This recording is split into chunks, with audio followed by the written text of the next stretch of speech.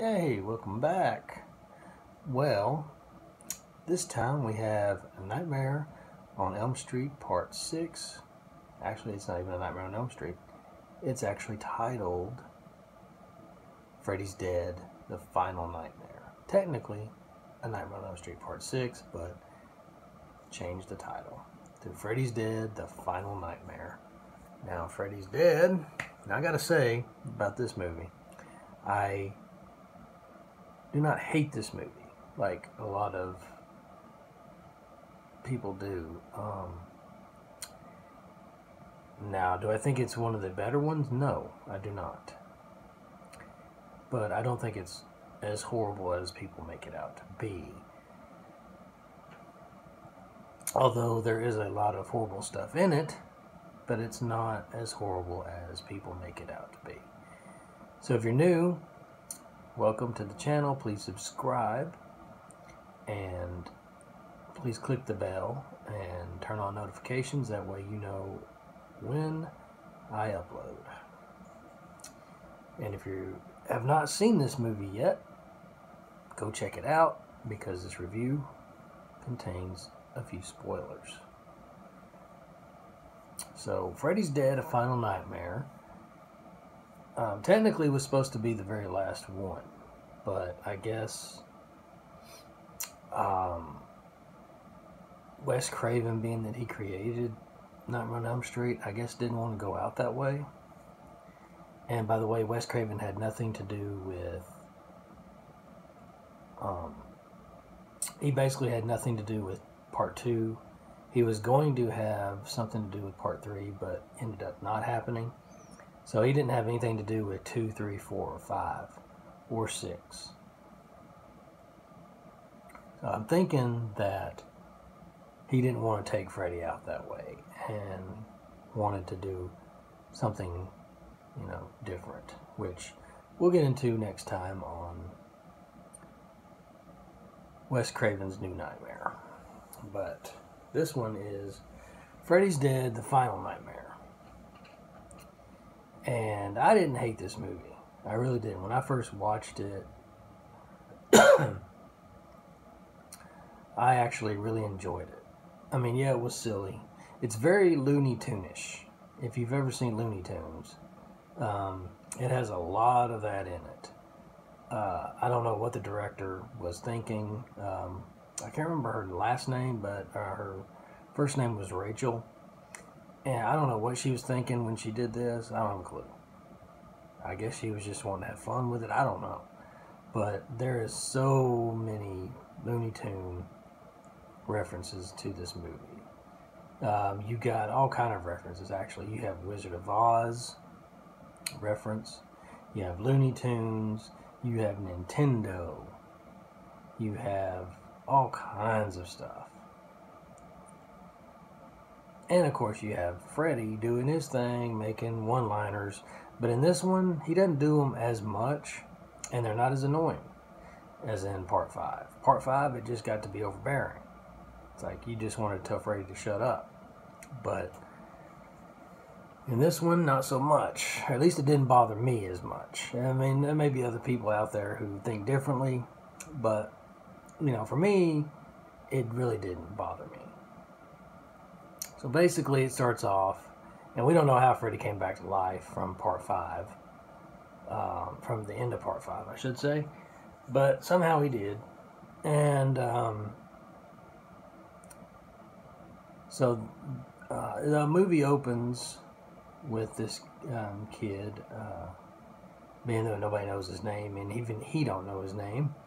They call him John Doe in the movie, so that's what we're going to call him here. So he's dreaming and asleep, and he can tell obviously he has how do you say it, insomnia, and because it looks like he hadn't slept in days. But so the movie opens and he's dreaming and he's on a plane, and right off it starts off with silly stuff. The whole plane just drops him out of it, and he's still in the seat, and he's falling just like Looney Tunes and what's it called, Roadrunner and the Coyote. He's just falling from the sky, and he has to make the silliest line as he's falling. Instead of being like super afraid. Now he does scream and yell, but he also says this. He says it's I may not get it exactly right, but it's around the lines of, "It's not fair, I was almost home." I'm like, no, that one don't work. So as he's falling, you know how when you fall in your dreams, it wakes you up? Well, that's what happens. So he wakes up to find out he's still dreaming. He goes and walks over to the window, opens it up, and he's in a tornado. He's up inside a tornado. And this is where the Wizard of Oz reference comes in. He backs up, and then all of a sudden he hears Freddy's laugh, and it sounds like the Wicked Witch of the West. And here comes Freddy flying in on a broom, just like the Wicked Witch did in The Wizard of Oz. And Freddy makes another silly one-liner and says, "I'll get you, my pretty, and your little soul too." And then laughs and flies away. And then basically the house lands just like it does in The Wizard of Oz. He comes out of the door and falls down. If I'm getting correct on this, he falls down the longest hill I think I've ever seen in a movie or ever. I mean, it might as well have been a mountain, because he's just rolling down for a good, I want to say 1.5 to 2 minutes. And it's just, and plus the movie's partly in 3D, so you get the 3D effect as well as if you're rolling down with him. And it's making you dizzy. And it don't look right. But, and then he finally gets to the end. And he gets up. Me personally, I'd be dizzy. But he gets up as if nothing was wrong. He gets up, he walks over, and there's a ticket booth, a bus ticket booth. He walks over, and the guy is Freddy, obviously, but he's acting like a ticket salesman. Hands him a ticket, and then next thing you know, here comes the bus at full speed, hits him, and he's on the front of the bus hanging on as if it was some, like I said, Looney Tune cartoon.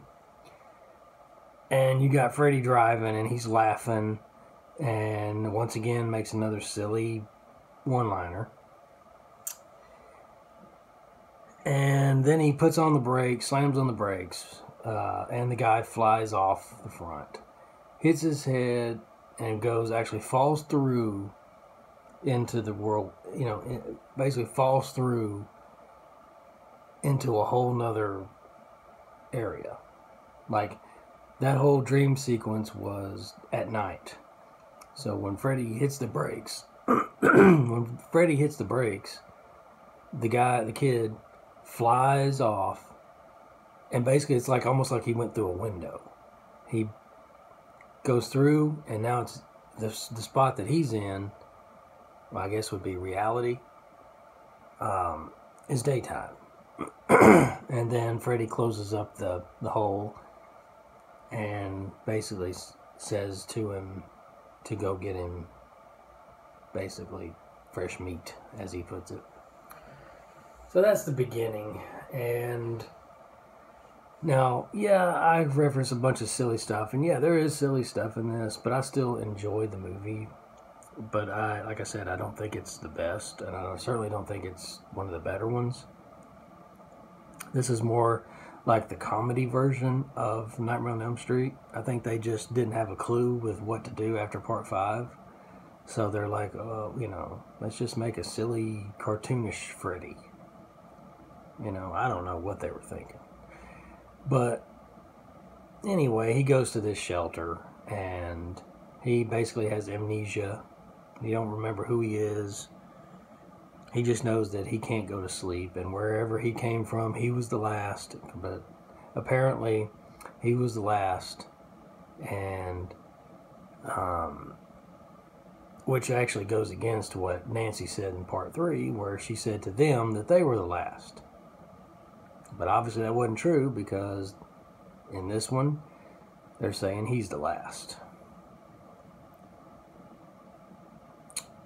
Keep with your continuity, people. Keep with your continuity. But I'm not going to go through this whole freaking movie. You go watch it for yourself.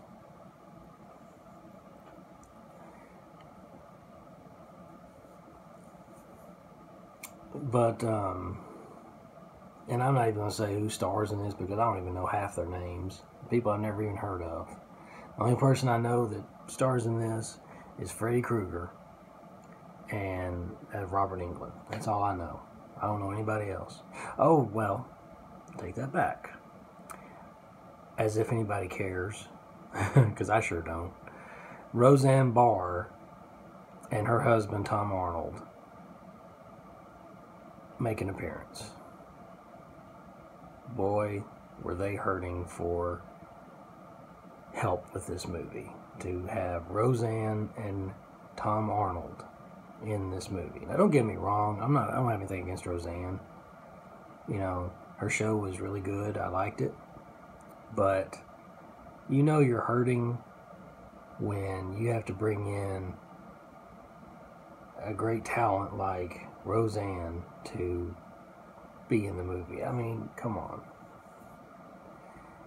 And plus, the part she was in just really was... I mean, they could have not even done it, and you wouldn't even have noticed either way. So basically, you know, Freddy now is trying to... You think that Freddy is related to this kid in some way, because the kid, John Doe, gets this idea that he thinks he's Freddy's son. He thinks he's Freddy's kid, because they go to the school and find out that Freddy had a child and they took it away, and so he automatically thinks, you know, with the initials, and I can't remember, K Krueger was the initials, KK, basically. And,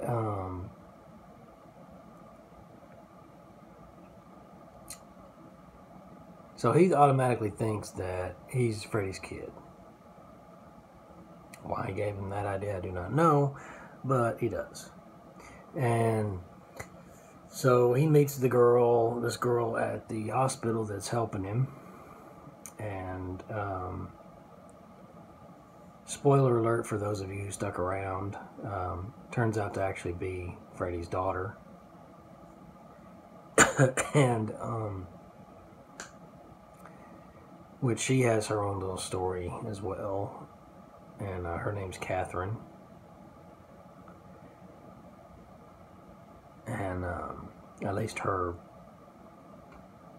original kid name, when she was Freddy's kid, was named Catherine. I can't remember what it is in the movie, but I don't know if it's the same name or not. Like I said, I haven't watched this in a while. But she's Freddy's child. Then you got Tracy. She's pretty cool. She's a martial artist, kind of a kickboxer kind of person. I wouldn't say martial arts, but she's a kickboxer, and she's pretty good at it. She, you know, beats up Freddy a couple of times, which, might I say, Freddy is so weak in this. He gets beat up so much in this movie. Tracy beats him up. The doctor, he beats him up. His daughter beats him up at the very end and kills him. Anything else? I don't know. Freddy is just he just gets beat up through the whole movie. And I will say though, one of the things I did like was the Nintendo. Nintendo back then was real popular. I believe this movie came out in 87, 88, 87. Heck, I don't remember, 89. I don't remember when this came out. But Nintendo was popular at the time. And so one of the characters named Spencer, he pulls basically Spencer into a video game and basically plays a video game with him, or as him, and basically kills him that way. And that was pretty cool. And so I will give it credit for that. That's probably the coolest part of the movie for me, was that. And then you got Carlos, who can't hear out of one ear. He wears a hearing aid. Freddy was pretty cool when he killed him. He kind of took his hearing aid away from him, and when he gave it back to him, it was like, I don't know how to describe it. Like, he basically ended up pulling his eardrum out, and the hearing aid that he had, Freddy basically made everything louder, so it like hurt his ears. And then when he killed him, he basically scratched his claws on the chalkboard, and Carlos's head exploded. That was pretty cool. But yeah, you know, this movie, it's fun to watch if you're not taking it seriously, because this movie cannot be taken seriously whatsoever. I will say though, I do like Freddy's story in this in a way, because they kind of made him more of a character in a way. Like, before he died, he basically killed his wife, and the daughter saw it happen, and he basically went over to her and, you know, did the thing where, you know, don't, basically not to tell anybody and all that, and she promises not to tell and stuff like that. And you kind of find out a little more about Freddy and stuff, and how he was picked on when he was a kid, and how, you know, people didn't really like him and stuff. So I thought that was pretty cool. But all in all, the movie is very, like I said, cartoonish. It's just silly. So if you want to watch it just for fun, I would do it. But like, if you're expecting it to be just like 1 and 2 and 3 and 4, no, it's not going to be, because they really go out on this one, and I think they just didn't know what to do, honestly. I don't think they knew what to do when they made this. They were just like, well, you know, let's just make it a cartoonish kind of movie. It's the last one, why not? So, but I mean, I don't have nothing too negative to say about it. I mean, yeah, it probably could have been less cartoonish, but, you know, being that they were going to be taking Freddy out completely, I think they could have done it in a way better way. You know, kind of made it more meaningful, you know, because Freddy was such a, you know, still is, popular icon, horror icon. I would have taken him out a whole lot better than that. I would have made the movie a little more serious. I would have made it probably a little more scarier. And I would have made Freddy, like, ruthless. Like, the way I would have done it would be, Freddy finds out that, you know, this is it. This is going to be it for him. So he's pulling no punches. He is as ruthless as he's ever been, and he's going down with a fight. And he's not going to go down easy. That's the way they should have done it, in my opinion. They should have done it that way. That way, because the way they do it is they make it look like Freddy's a joke. And Freddy's not supposed to be a joke. Freddy's supposed to be scary. And you're supposed to be afraid of this guy. And you can't be afraid of this guy in this movie, because he's just so out there, And it's so cartoonish that you laugh at it instead of being scared of it. And I don't know, me personally, if I was at that time, that was going to be the very last one. I mean, that's why it said the final nightmare. But I would have taken that Freddy out way better than that. Way better than that. But that's just me. But anyway, that was Nightmare on Elm Street 6. Freddy's Dead, The Final Nightmare. Like I said, if I were to say anything negative about it, it should be less cartoonish. And yes, my dogs are barking in the background. Try to ignore it.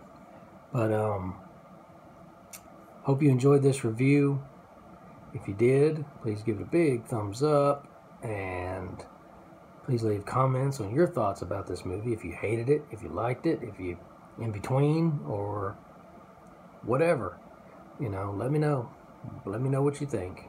And if you're new, please subscribe. And that'll do it. Everybody take care, and I will holler at y'all all in the next video.